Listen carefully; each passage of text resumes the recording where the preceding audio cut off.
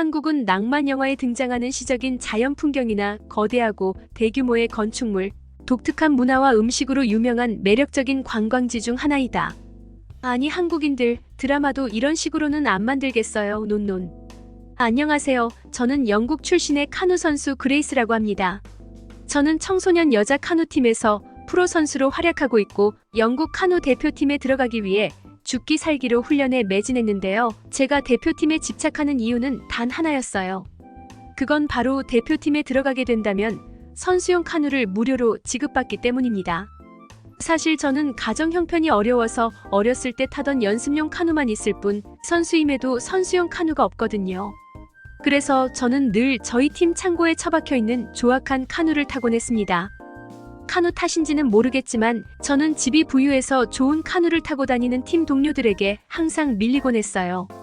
저는 남들보다 연습을 2배나 했지만 결국 그들을 따라갈 수 없었죠.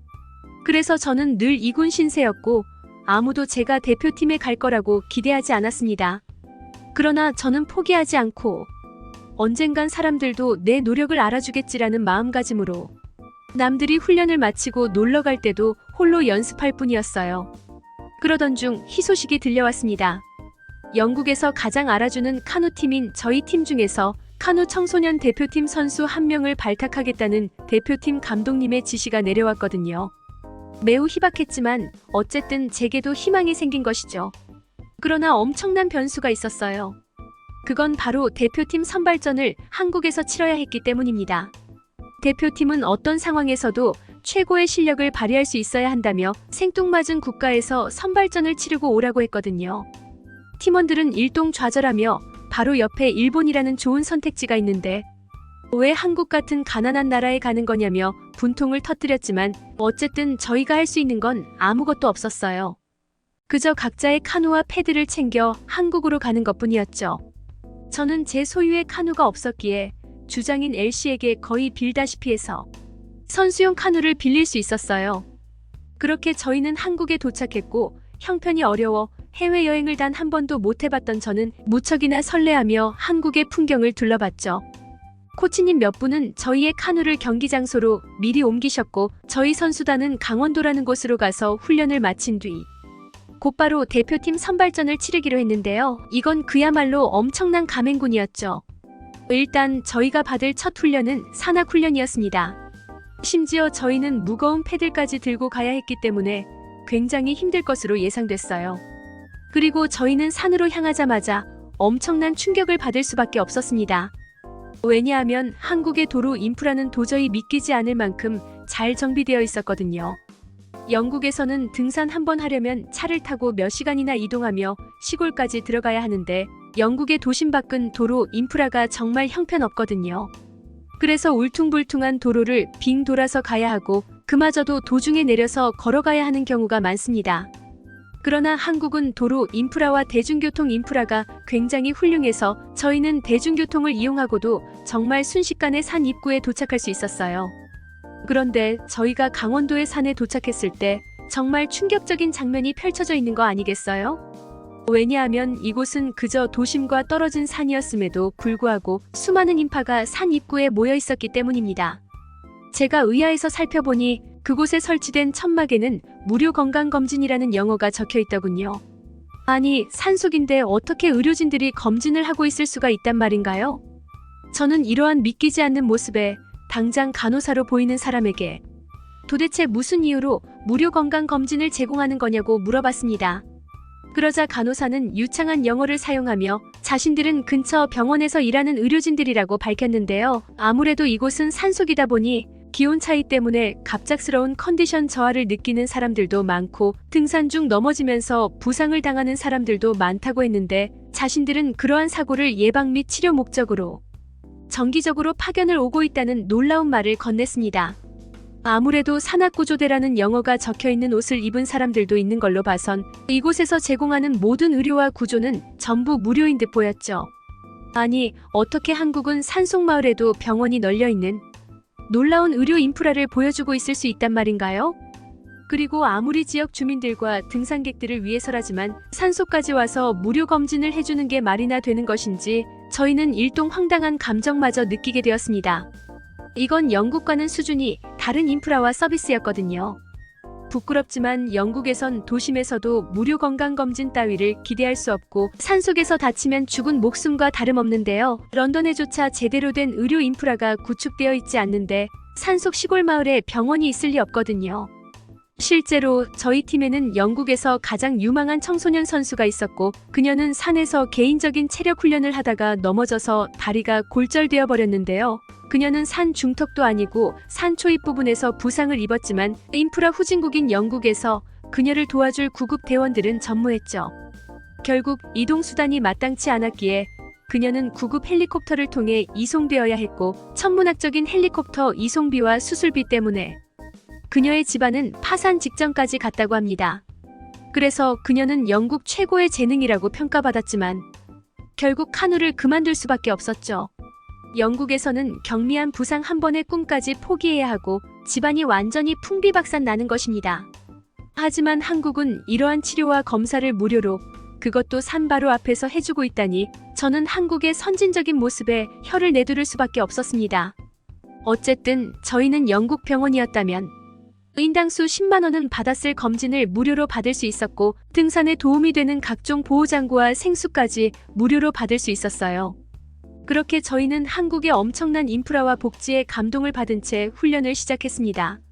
한국의 산은 영국의 산과는 차원이 다른 험난함을 보여줬고 산 여기저기서는 팀원들의 곡소리가 이어졌는데요. 하지만 저는 힘든 와중에도 한국 산의 멋있는 나무들과 전경들을 보고 힘을 얻을 수 있었습니다. 특히나 한국의 중장년층 분들은 땀을 뻘뻘 흘리면서 올라가는 저희들에게 힘을 내라며 응원을 해줬는데요. 심지어 그들은 운동선수인 저희보다도 빠르게 산을 올랐기 때문에 더욱 동기부여가 되었던 것 같습니다.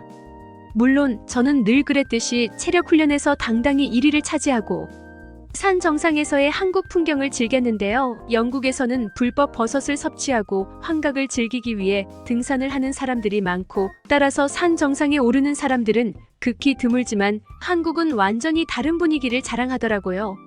한국에서는 모든 사람들이 정상을 도전하고 있었으며 영국처럼 우울하고 위험한 분위기가 아닌 가족적이고 평화로운 분위기라 너무나도 마음에 들었어요.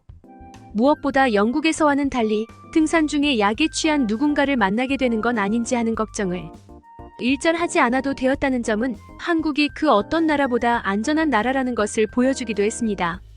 그리고 이게 희소식인지 아닌지는 모르겠지만 한국은 영국과는 비교도 안 될 정도의 높은 치안을 자랑했는데요. 영국은 해가 지면 모든 불이 꺼지고 가로등조차 제대로 설치되어 있지 않아서 무법도시가 되어버리거든요. 그러나 한국은 밤이 깊어도 가로등 시설이 잘 되어 있어서 위험하다는 느낌이 전혀 안 들었습니다. 또한 가게들도 밤늦게까지 영업하고 있었는데요. 영국이었으면 곧바로 범죄 집단의 단체 습격을 받고 가게가 초토화됐을 이 상황에 한국의 밤은 너무나도 안전하고 질서 있게 유지되고 있었고 여자나 아이들도 어떠한 걱정 없이 밤거리를 거닐고 있더라고요. 따라서 저희는 이러한 한국의 치안 때문에 훈련 최초로 야간 훈련까지 받아야 했습니다. 어쨌든 그렇게 2박 3일간의 강원도에서의 훈련을 마치고 저희는 드디어 선발전을 치르기 위해 서울로 향했습니다. 그리고 서울의 버스터미널에 도착하는 순간 저는 뭔가 잘 못되었다는 것을 곧바로 깨닫게 되었죠. 뭔가 허전해서 생각해봤더니 저는 강원도 버스터미널 대기실에서 패드를 놓고 온 거였습니다. 이건 치명적이었어요. 저는 선수용 카누는 없지만 패들만은 제가 쓰던 선수용 패드를 써야 했거든요. 당장 선발전이 몇 시간 뒤였기에 패드를 새로 구할 수도 없을 노릇이었죠.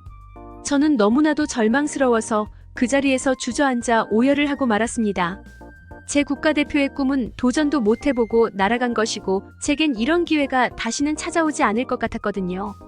그런데 그때 버스 터미널 직원처럼 보이는 한국인 남성이 다가오더니 제게 영어를 사용하며 무슨 일이냐고 묻는 거 아니겠어요? 저는 그에게 제 상황을 말해줬고 그는 기본적인 영어를 구사할 수 있었기에 저희는 어느 정도 의사소통을 할 수 있었습니다. 그런데 그는 한국에는 고속버스 연계 서비스가 존재하고 따라서 이러한 터미널 분실물들을 다른 터미널까지 배달해주고 있다는 도저히 믿기지 않는 이야기를 해오는 거 아니겠어요? 그러고는 강원도에서 서울로 오는 가장 빠른 버스에 제 패드를 싣고 올 수 있도록 조치를 취해주겠다고 말하더군요. 솔직히 저는 처음에 그가 제게 사기를 치려는 줄 알고 경계했습니다. 이건 아무리 생각해도 말이 안 되는 이야기였고 그가 그저 돈만 받고 도망갈 생각으로 제게 거짓말을 하는 거라고 생각했거든요.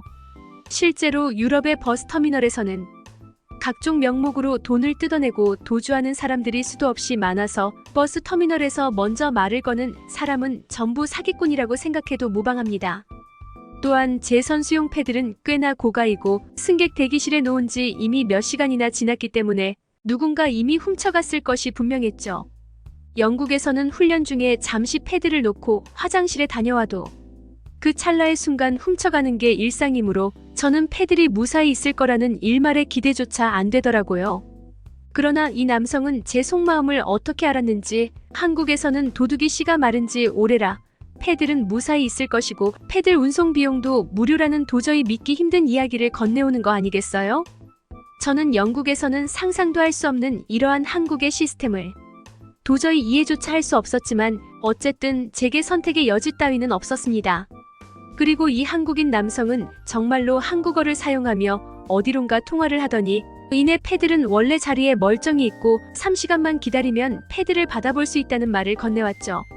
이 남성의 말대로 3시간 만에 패드를 받아볼 수 있다면 저는 정말 아슬아슬하게 선발전을 치를 수 있을 것 같았는데요. 그래서 3시간 내내 기도를 하며 터미널 승객 대기실에서 기다렸습니다. 물론 저희 팀 동료들은 이군인 저는 안중에도 없는 듯 진작에 저를 버리고 이동해버렸지만 그건 그다지 중요하지 않았어요. 그리고 3일 같은 3시간이 지났을 무렵 한국인 버스기사는 정말로 제 패드를 싣고 서울의 버스 터미널에 도착하더라고요. 저는 이런 도저히 믿기지 않는 상황에 눈물을 흘릴 뿐이었습니다. 저를 도와준 터미널 직원은 한국인들은 도움이 필요한 사람들을 절대로 그냥 보고만 있지 않는다며 도움이 필요하면 반드시 도움을 요청하라는 따뜻한 말을 끝으로 쿨하게 떠나버렸고 저는 즉시 선발전이 치러지는 한강으로 이동했어요. 그리고 한강으로 가는 내내 많은 생각에 빠졌죠. 도대체 선발전을 도심 속에 위치한 감에서 치르는 게 말이 되나 싶었거든요. 사실 영국의 감은 너무나도 더러워서 카누 훈련을 하려면 바다로 가거나 비교적 깨끗한 시골의 감으로 가야 합니다. 영국인들은 강에 쓰레기나 오물들을 아무렇지 않게 버려대서 유동인구가 많은 감은 상상 이상으로 더럽거든요. 실제로 저희 팀은 작년에 영국의 똥물에서 극기 훈련을 받은 적이 있었는데요. 결국 팀원들은 하수구 냄새를 못 참고 토를 하고 오염된 물이 입으로 들어가 병에 걸리는 등 많은 고생을 해야 했죠. 그 후로 저희는 오염된 감을 두려워하는 공포증마저 생기게 되었습니다. 그런데 세계적인 도시라고 볼 수 있는 서울을 가로지르는 한강이라면 분명 엄청나게 오염되었을 텐데 도대체 어떻게 이런 곳에서 대회를 치른다는 말인가요? 그러나 제가 한강에 도착하자마자 그러한 생각은 순식간에 사라지게 되었습니다. 왜냐하면 한강에서는 악취는커녕 그저 신선한 민물 냄새만 가득했고 물 색깔도 무척이나 깨끗했거든요. 그리고 도대체 이게 바다인지 강인지 한강은 엄청난 감폭을 자랑하고 있더군요. 한국인들은 도심 속에 있는 감을 어떻게 이렇게나 잘 보존할 수 있던 걸까요?